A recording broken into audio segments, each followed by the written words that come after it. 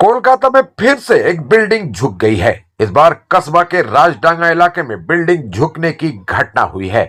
बागाजतीन, टेंगरा, तोपसिया, इंटाली, कमरहट्टी, बागुईहाटी, दक्षिण नारायणपुर के बाद अब कस्बा की बारी है। जानकारी के मुताबिक कस्बा के एक्रोपोलिस मॉल के पीछे एक 4 तल्ला बिल्डिंग है जो एक तरफ झुक गई है। स्थानीय लोगों का कहना है कि ये बिल्डिंग धीरे धीरे एक तरफ झुकती जा रही है, जिससे लोग बेहद डरे हुए हैं। इस बिल्डिंग के ग्राउंड फ्लोर पर कई दुकानें हैं। फर्स्ट फ्लोर पर एक स्पा है। ऊपर के फ्लोर पर लोग रहते हैं। बिल्डिंग जिस तरह से एक तरफ झुक रही है उससे लोग बेहद आतंकित हैं। आमतौर पर कोलकाता या आसपास के इलाकों में बिल्डिंग झुकने की घटनाएं हो ही रही हैं।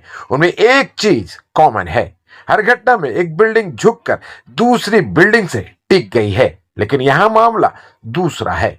कस्बा की इस बिल्डिंग के बगल में दूसरी कोई बड़ी बिल्डिंग नहीं है, जिसके चलते यहां के लोगों में बेहद डर है। इस बिल्डिंग को बने ज्यादा दिन नहीं हुए हैं। इसके बावजूद बिल्डिंग के एक तरफ झुकने की घटना से कई सवाल खड़े हो रहे हैं।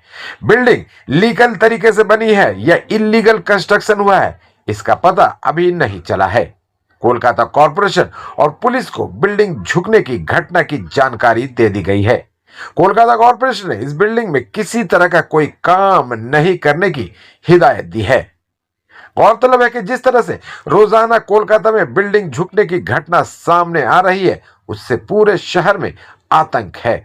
मजे की बात यह है कि बिल्डिंग झुकने की घटना नई नहीं है। उनमें से ज्यादातर बिल्डिंग्स काफी अरसे से झुकी हुई हैं, लेकिन प्रमोटर के डर से लोग कुछ भी बोलने से कतरा रहे थे। लेकिन 99 नंबर वार्ड के बाघाजतीन के विद्यासागर कॉलोनी में बिल्डिंग के झुककर गिर जाने की घटना के बाद लोगों ने मुंह खोलना शुरू कर दिया है। डरे हुए लोग अब बोलने लगे हैं। उन्हें यह एहसास हो गया है कि अगर अब भी उन्होंने अपनी आपबीती नहीं सुनाई तो कोई बड़ी घटना हो सकती है।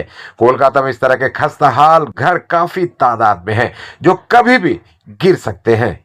सबसे गंभीर बात यह है कि ये घर कोई बेहद पुराने घर नहीं है, बल्कि उनकी उम्र 10 से 15 साल के बीच होगी।